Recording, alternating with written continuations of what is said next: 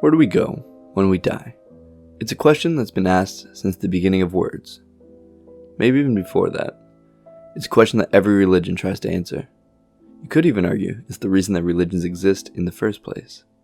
We're designed to be afraid of the unknown, and religion has tried to answer for us this big question. When the darkness washes over us, what happens then? It's a universal event that we all must experience, yet no one alive knows the answer for sure. We're told we can go to heaven or hell, or we can go to Jhanna, or maybe we get reincarnated. Charlatans will tell you that they know, but everyone's just taking a shot in the dark. They're guessing. What if the religions have it wrong? What if something entirely different happens? What would it mean if this body and entity that you call you isn't actually important? That you, as you know it, is truly only something that matters on this plane of reality. Now, I'm not saying that you aren't important, but the metric of importance is placed not on you as an egoic entity, but on your knowledge and your experiences. That when we go into the great abyss, you enter into something beyond words, similar to a cloud or a river, but not quite either. Now, it's not made up of water, but rather the collective knowledge of everyone who came before you, and everyone who will come after. When you enter, this river absorbs you. All of the knowledge, and all of the lessons you've learned in your life, it goes into this collective consciousness. All of the knowledge, all the experiences, the love that you shared, everything goes into this collective unconscious. What if this is a place beyond words, beyond a person, beyond just you or me?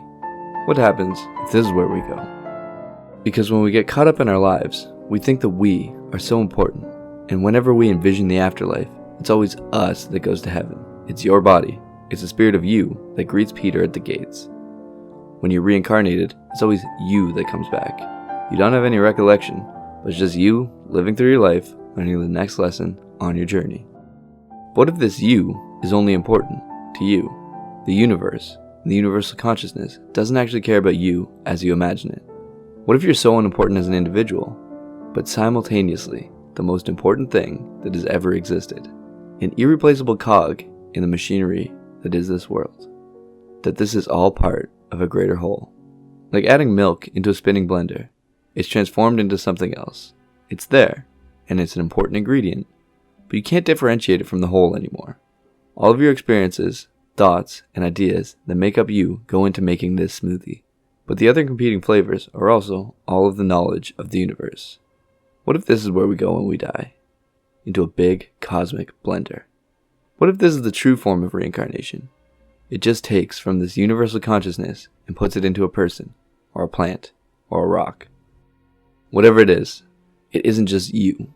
You're mixed in with all the other universal items of consciousness, and it creates something entirely different. Trying to bring you back as you were would be like trying to get the milk out of your smoothie after it's made. This being has your essence within it, yes, but it also has the essence of a million other things. From a zoomed out perspective, it's simply the essence of human consciousness placed into a person. But when you zoom in on it from your perspective, you as an entity are gone. So what does this mean? If this is true, it means that yes, we will live forever, and we are reincarnated, and our personal experience is relied upon by the entire universe. But it also means that we return to something else, and the consciousness that is you as you know it, that's gone.